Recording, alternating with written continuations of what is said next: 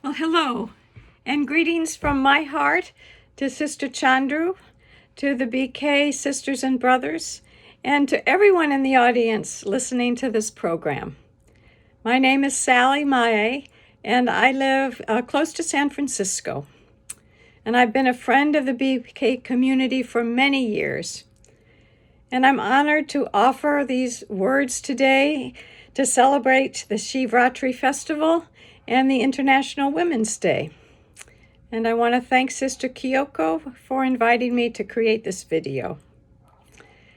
So I believe it's an auspicious time. It's an awesome time to be alive. It has been called the time of the great turning, a time when consciousness is shifting. Former mindsets, ways of managing our lives, meeting our challenges and opportunities are requiring us to change. As many of you know, there is so much upset. There's uncertainty, there's fear. Overloads of information come at us. In the political world, there's been an undermining of honesty and divisiveness among not just here in the U.S., but so many places in the world. So where do we place ourselves? How are we doing? A Native American woman I know named Diana Longboat, who's a Mohegan, told me many years ago, she said, Mother Earth is going to shake things up quite a bit, and those with roots will be able to hold on. So I know that the BKs know that the place to be rooted is inside oneself, within one's soul consciousness, in loving relationship with Baba. But I take these words to hold to our roots, especially now, as very wise words. So I also want to offer 3 ideas that I've learned, especially through my years of being with the Brahma Kumaris community. The first one is, take heart from Baba's vision. As you know so well, in a vision that Baba had so many years ago, he saw a world in chaos and destruction.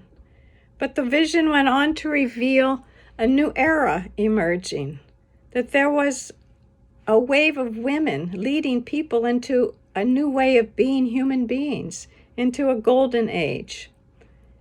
I believe we can see sparks of this vision now, that we see more women than ever before assuming positions of political and religious authority in many countries.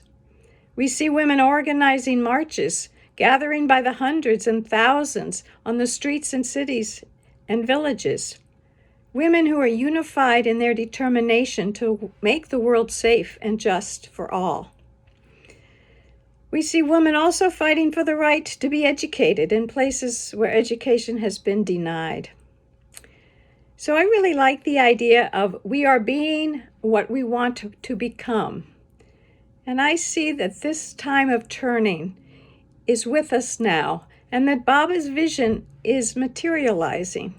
Perhaps now just in sparks, but I believe when we look, we'll see these sparks becoming waves of light. This brings me to the second idea, that we can take heart from the BK practice and belief in the power of incognito service. I learned this truth from the BKs over many years, that powerful and meaningful change takes place in an incognito way, out of the limelight, under the radar, in almost an invisible realm. It comes in quiet ways, in ways that come from the purity of our own inner space, from our own loving intention, and from the guidance of our soul. Women know this very well. Women are people who for centuries have nurtured children, cared for those in need, nourished families by harvesting and cooking food, and giving service that is just simply not seen nor recognized. So incognito love is powerful. It means loving a person who may never know you're loving them. It means feeling assured that your acceptance and forgiveness and pure delight in their well-being will do more to help them than your words or your judgments or even your best intention guidance. So let's honor and remember at this time all the millions and the billions of women who were not famous in the world's eyes, but who sustained life with love and with caring incognito service. And now we come to the third idea I'd like to share with you. And this is a new one in my experience, and I call it the gift of sweetness. Only recently I realized that the sweet, that cookie or that cake that is given after meditation in a BK center, is an outward sign of an inner awareness. In meditation, I notice there comes an experience inside of me of kind of, I would call it an otherworldly sweetness, like a flower that's simply present in its beauty, or the awareness that one is protected and loved. This sweetness in the soul is a transformed state. I'm just now feeling this sense of sweetness in my own meditation. And I really am grateful for the sweet that is given after meditation in a BK center, and I'll treat it with more reverence.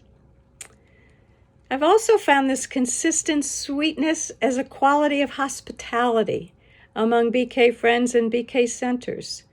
I really feel the loving care, the honest welcome every time I enter a BK center here in San Francisco and in Anabuti. I receive smiles. I'm invited into lovely rooms. I'm provided with beauty, with welcoming words. Words that give me power to enter into a better world inside myself and to give the best I have to the world outside of me. So today I want to take opportunity to appreciate these special gifts that I've received. Brahma Baba's guiding vision, the art and practice of incognito service, a soul awareness of sweetness, and the open doors and open arms of home, always feeling welcomed home. There's a quote that I have in my room here at home, and I think it applies. It says, "Try imagining a place where it's always safe and warm. Come in," she said. "I'll give you shelter from the storm."